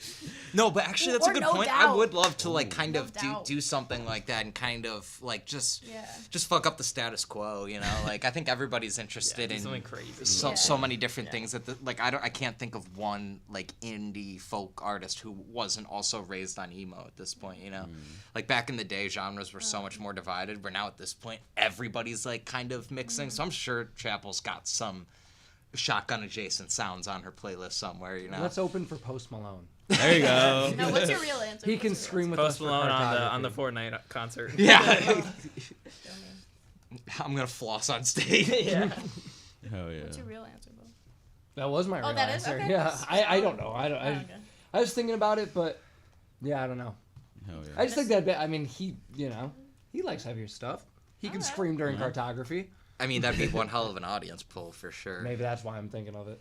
Yeah, I mean, I guess that, like You I said, asked me of all time, and then you said Post Malone. Well, I just want to I feel like that- rewind that. I feel That's track, a bit- okay? No, yeah. going off the chaperone, that makes more sense. yeah, no. Well, of all time, It's it's very like big hard time. for me not to just be like Nirvana, you know, Yeah, like because yeah. I'd love to be Sure. like, That's hello, why I Kurt, didn't I'm a want to, big yeah. fan, you know. Yeah. And then like, yeah, but like realistically, I feel like there's definitely an alley for us to like open up for Alley-wise. Melvin someday. So like that to me, when I'm thinking of all time, yeah, I guess I'm going with like Nirvana or something that you pretty much can't do anymore. Yeah. We could open up for System, maybe. Oh, Oh, that'd be that's- sick. Yeah.